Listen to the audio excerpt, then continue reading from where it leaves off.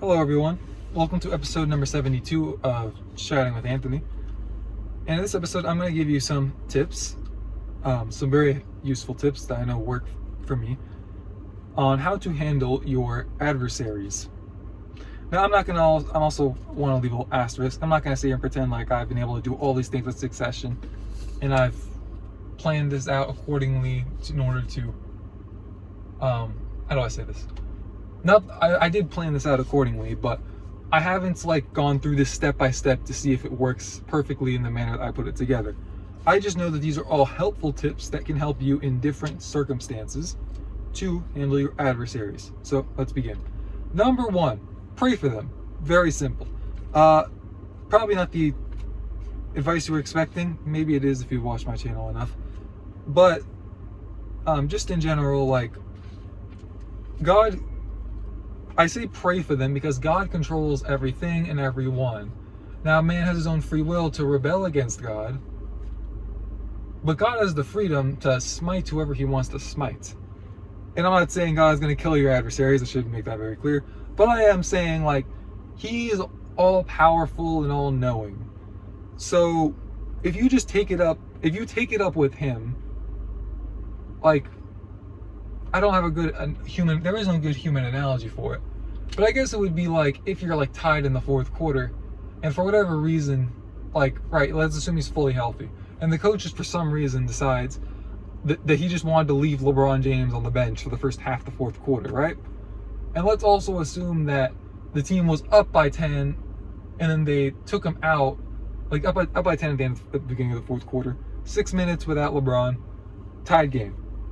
And you're like, well, LeBron, if I put you in, are you going to try to, help us out a little bit? What do you think the answer's going to be? He was probably mad that you didn't put him in the first 6 minutes. And I guess, same thing with God, right? Not to say God's, going to be, angry with you and say, I refuse to help you because he didn't ask me earlier. But I do think that God is always willing to help out to some capacity. What I mean by that is he has the free will to help out however he pleases to. So if you decide, if you decide to try and do it on your own, God's going to be sitting there how long is it going to take you to realize that you can't do this and you need my help? And I think when you finally do ask him for help, he's there we go. To put it in human terms, right? I'm not going to sit here and understand and tell you I understand the entire process of how God thinks through things, but that's the best way I can put it in layman's terms, if you will. I would ask you to read the story of King David, right? I've gone through it in pieces. I don't know about all the way through in the actual text, but I've watched all the kid videos, the Christian media that was out when I was younger, my mom put me in front of, including VeggieTales. VeggieTales is really good. But I would ask you to read the story of King David, right? And I'm not even all the way through it. And try and emulate how he trusted the Lord to take care of his problems. Right? David could have killed Saul, I think it was at least twice. And he said, I can't do this evil in the sight of the Lord. And if I'm being honest with you, I don't think God would have been upset with him for doing it. But that was just his heart. He said, I don't think God would want me to, so I'm not going to. And that's awesome. And that's how we should be. That's how I should be. And I can look at my own life the last couple of days and say, yeah, I didn't do it there, I didn't do it there, I didn't do it there. Right? So we're all a work in progress. That doesn't mean be okay with your failures, though. I would also ask you to, I remember, there's this one story, one part of the story of Moses. Oh my gosh. I don't remember if it was Moses or Abraham. I'm pretty sure it was Moses, though. Where Moses is confronted with some kind of problem. I don't remember what. And he literally, in front of everyone, he basically just fell on his face and asked God for help. And it wasn't some kind of it wasn't one of those things where it's well, let's do this. No, we can't because of this. Well, what about this? Oh, no, we can't. We can't even try that. Well, what about this? I just outright refuse. And then he falls on his, no, he just, as soon as he heard the request, and when I heard what he said, obviously there's details that are going to be left out about the specifics, but when I read what the request was, even I was I feel like I could have answered that question for you, Moses. But that's how we should be with our problems. You just cast it onto him. He's not asking you to carry the burden. His yoke is easy and his burden is light. Sorry, I don't remember the verse for that. But I do have a verse here. Romans chapter 12, verse 17.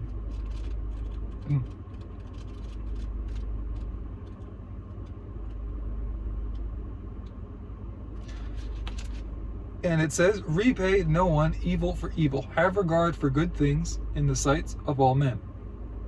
I know I'm tempted sometimes to do some evil things, and I'm sure you guys are as well. That is a part of life. And I know I think I literally have a video out right now called Life is Hard and That is a Good Thing. Okay. The reason we're not supposed to repay evil for evil is because of his control and him being able to handle things. And God is not okay with people doing evil things to his children, and he will repay them in the manner that he sees fit. And we like to have control over that. We like to hold it and say, aha, I will handle this how I want to, how I see just. And God says, you're probably going to mess this up. And I say probably because, like, right, we have choices, right? We can choose to do it in a righteous manner. But at that point, your emotions have taken over, and you're looking for revenge, and the anger is probably going through your veins, and that's why I say you're probably not going to make the right choice. But, yes, so I believe that in regards to handling the opposition, if you will, you should communicate the problems that are at hand, right?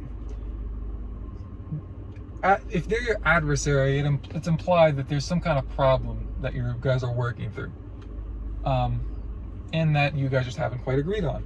So I think that the best thing to do is to first accept your own wrongdoings.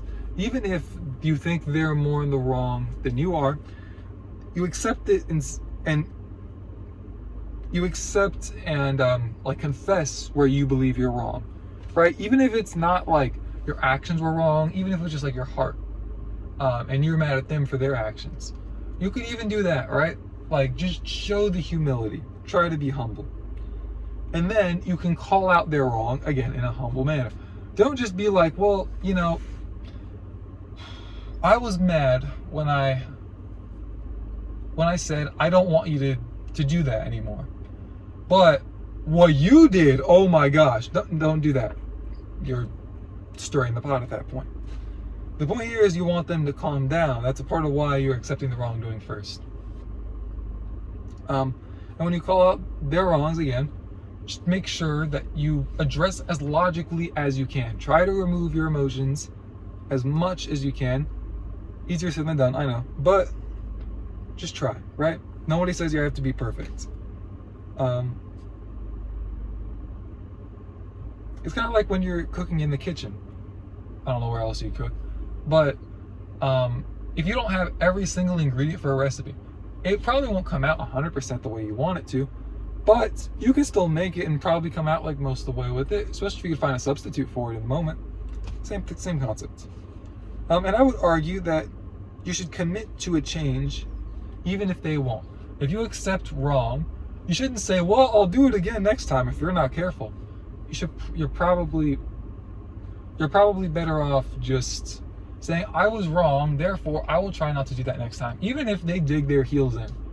Because, again, God's not cool with people messing with his kids, to put it in layman's terms. Right?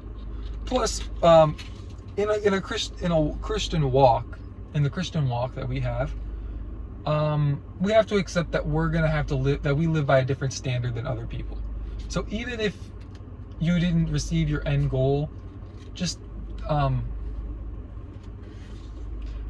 the willingness to change honestly could be enough to convict them to change as well. But God sees that, and God is honored by that. So you have to also understand that God might allow other people to do horrible things to you.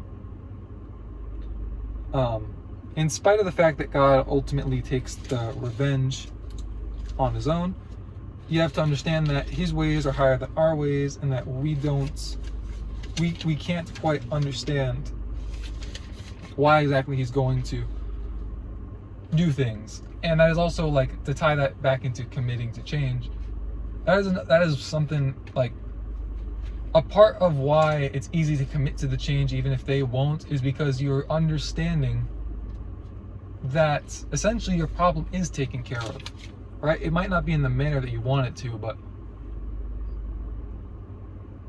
God's going to do what he wants regardless. So even though you have free will to a point. I don't know how to, like, sort out all the doctrine within that, but if we have free will, that doesn't mean that we're above God. So you have to just factor it in and balance it out. And a part of having faith is the fact that you don't have all the answers. So, yeah. His love for even the wicked is too great for us to even fathom. Even though he is angry with them and his wrath is upon them, his love is, like, remember the song, your love never fails, never gives up, it never runs out on me. His love for all mankind is, you can't really quantify it with words. In regards, okay, I'll talk a little bit about him being on the cross and dying like that. The way that they killed him was so inhumane. Like, all right, I'm taking parts of this from the video that I saw, and I don't know the actual proof of all of it, so I'm going to leave what I'm going to say with an asterisk. But when he was crucified on the cross, the nails that they put weren't like the little nail, like, I always think of the little nails that you use for, I don't even know, like a doorpost, door hinge, something like that. It was more like stakes. I don't really know how to describe that, but like probably like yay thick, and like that. I'd imagine something along those lines. The crown of thorns thing, I don't know what. I always imagine it was just like on his head, and like some of it like poked into like, you know, into his skin, obviously, like it was thorns. But the way that the woman explained it is like it literally went into his brain. I mean, goodness. I'm trying to think what else. The portrayal of him is always with like the cloth around him, right? Just to, like, you know, because you don't want to portray the man naked. But from what she said, and I believe it, he was hung up naked. So when you think about it like that, it's kind of hard to fathom the love that the God of all the universe would do that for everyone, including, like, he wasn't just like, yeah, I'm just doing this for the good ones that are going to come to me later. The rest of you bastards, goodness. He's not up there thinking that. Like, he died for their sins too, right? They didn't accept it, but he offered it to them. So factor that into, like, they're doing horrible things to me, God. They're wicked, evil, terrible people. What are you doing? He loves them too, for lack of a better way to say it, really. And also into the whole love thing. He loves them and he loves us. He disciplines them. He disciplines us.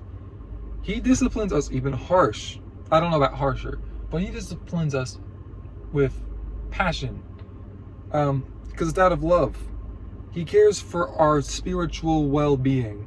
And especially, like, here in America, we have so many things to distract us. Like, I could look at myself, like, even 6 months ago, and I was like, wow, I really didn't, like, I was just trying to do the bare minimum just to, like, just in case I, like, drop dead of something at the age of, I don't really want to talk about my age, but, like, actually, why am I scared of that? I don't want, at the ripe old age of 24, I don't want to just, like, in case I just drop dead out of something, I just want to make sure I'm good. And I was like, dang, forgive me, Lord. Like, why am I approaching it like that? That is literally lukewarm. He wants us to fear over our spiritual well-being, not in the manner of, like, trembling and fear, because again, he's in control, but he wants us to approach it with the fear of, like, the fear of God, the fear of hell, the fear of everything around us is just temporal. There's like, when we get to the other side, it's yay or nay, and there's no in between. And that's how we're supposed to live. That's all I have for this episode. What was this episode even about? Goodness. How to handle your adversaries. Yeah, I mean, okay, I did end on topic. It's kind of, at least. Alright, well, that's all I have for this episode. Hope you guys have a wonderful day. I'll see you bozos in the next one. Be there. And stay safe.